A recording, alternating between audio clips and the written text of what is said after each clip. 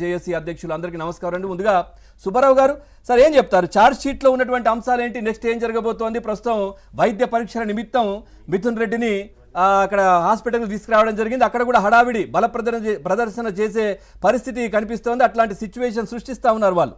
ఏంటి సార్ ఈ కేసుకు సంబంధించి ఏం చెప్తారు? ఇక్కడ ఒకటండి, ఆల్రెడీ మద్యం కేసులో అంతిమ లబ్ధిదారుల గురించి గతంలో పరోక్షంగా రిమాండ్ రిపోర్టుల్లో రాసినటువంటి సిట్టు ఈరోజు ఛార్జ్ షీట్లో జగన్మోహన్ రెడ్డిని యొక్క పేరుని అనేక ప్రాంతాలలో ప్రస్తావించింది ఛార్జ్ షీట్లో.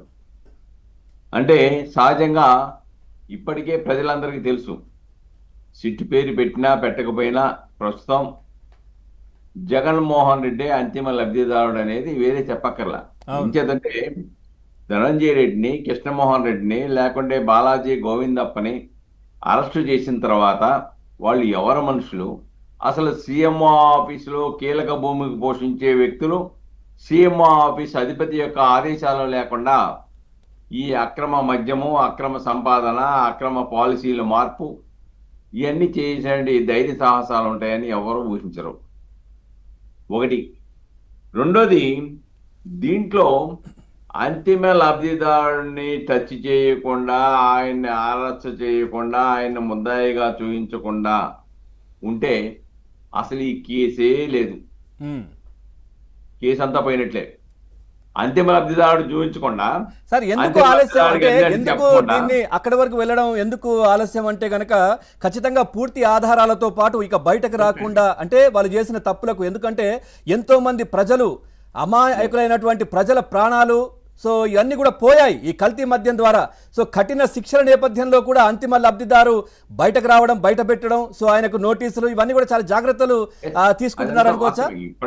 ఇంతకాలం కూడా ఆగడానికి సిట్టు ప్రధానమైన కారణం చంద్రబాబు నాయుడు గారు చెప్పిన మాటలు కానీ, లేదంటే అనవసరంగా ఆధారాలు లేకుండా అరెస్ట్ చేయమని చెప్పేసి ప్రభుత్వం ఇచ్చే ఆదేశాలు కానీ, చట్ట పరిధికి లోబడి వ్యవహరించమని ఇచ్చే సందేశాలు కానీ, ఇవన్నీ కూడా ఇంతకాలం ఆగడానికి ప్రధానమైన కారణం అదే.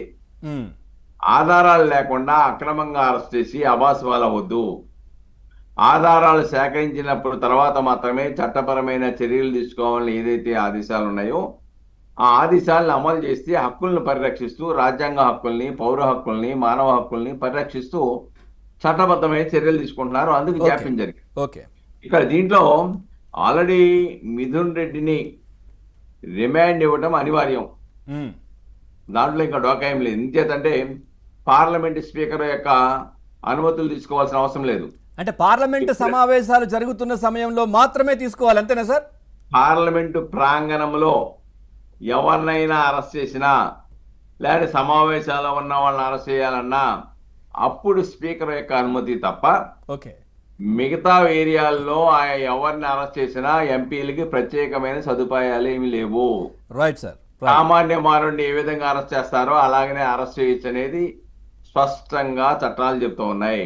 రైట్. కాబట్టి ఇప్పుడు దీంట్లో కూడా చాలా స్పష్టంగా అసలు మిథున్ రెడ్డి మిగిలిన యొక్క ముద్దాయిలు ఎవరైతే ఉన్నారో ఈ కేసులో వాళ్ళందరినీ కోఆర్డినేషన్ చేయటం కానీ, పంపకాలు చేయటం కానీ, లేకుంటే మద్యం రేట్లు నిర్దేశించడం కానీ, రేట్లు 150 రూపాయలు 600 రూపాయలు నిర్దేశించడం కానీ, లేకపోతే ఎవరి దగ్గర ఎంత కిక్ బ్యాక్స్ చేయాలంటాం కానీ, లేకపోతే ఈ సొమ్ముని ఎక్కడెక్కడికి పంపాలనే విషయంలో కానీ, చివరికి స్పష్టంగా సిట్ చెప్పింది కదా, 2 ఎంపీలకి నెలకి 5 కోట్ల రూపాయలు ఈ అక్రమ మద్యంలోంచి వాళ్ళకి చేరేస్తున్నారని చెప్పేసి. దేనికి సార్? దేనికి 2 ఎంపీలకు? దేనికి? అసలు ఏం చేద్దామని? ఈ అక్రమ సొమ్ములో భాగస్వామ్యం పంపకాలండి.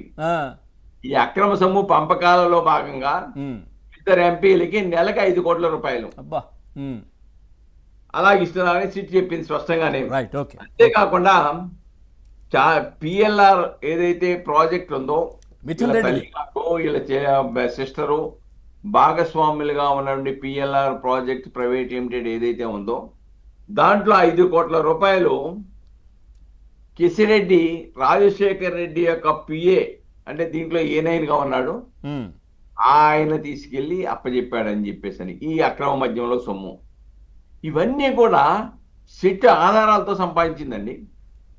ఆధారాలు సంపాదించేసి ఈయన పాత్రను నిర్ధారించిన తర్వాత ఈయన మీద ప్రథమంగా సార్, అంటే ఒక రాజకీయ నాయకుడు అరెస్ట్ కావడం ఇందులో ఇదే ఫస్ట్ కదా. ఎంత సాక్ష్యాలుంటే, ఎంత ఆధారాలుంటే ఇంత స్టెప్ వేస్తారు వీళ్ళు, అంతే కదా. చాలా వాళ్ళు రిమాండ్ రిపోర్ట్ లో కూడా చాలా స్పష్టంగా ఇది ఒకటే కాదండి.